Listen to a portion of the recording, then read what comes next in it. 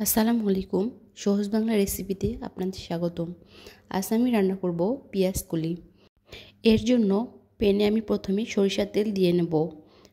তারপরে কয়েকটি মরিচের টুকরা ও পেঁয়াজ কুচি দিয়ে নেড়েচেড়ে নেব।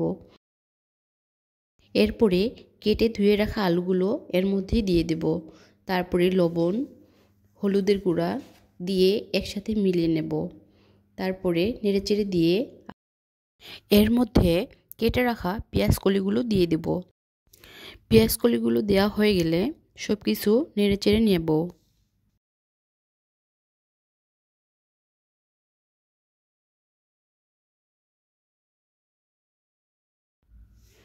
তারপরে ঢাকনা দিয়ে ঢেকে দেব।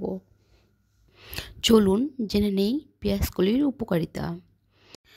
পেঁয়াজ কলির মধ্যে আছে প্রচুর পরিমাণে অ্যান্টি মাইক্রোবিয়াল এবং অ্যান্টি ব্যাকটেরিয়াল উপাদান, যা আমাদের যে কোনো পাকস্থলী, লিভার কিংবা ইউরিন ইনফেকশন রোধ করতে সাহায্য করে।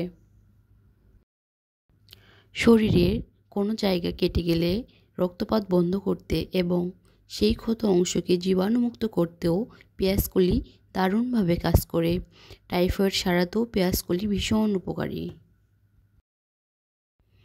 পেঁয়াজকলির মধ্যে রয়েছে প্রচুর পরিমাণে সালফার, যা ক্যান্সার প্রতিরোধে সাহায্য করে এবং আপনার ব্লাড সুগার লেভেলকে নিয়ন্ত্রণ করে। এরই মধ্যে পেঁয়াজকলি ভাজা আমার কমপ্লিট হয়ে গিয়েছে। আপনারা চাইলে এটি গরম ভাত বা রুটির সাথে খেতে পারেন। আমার ভিডিওটি দেখার জন্য সবাইকে ধন্যবাদ। আসসালামু আলাইকুম।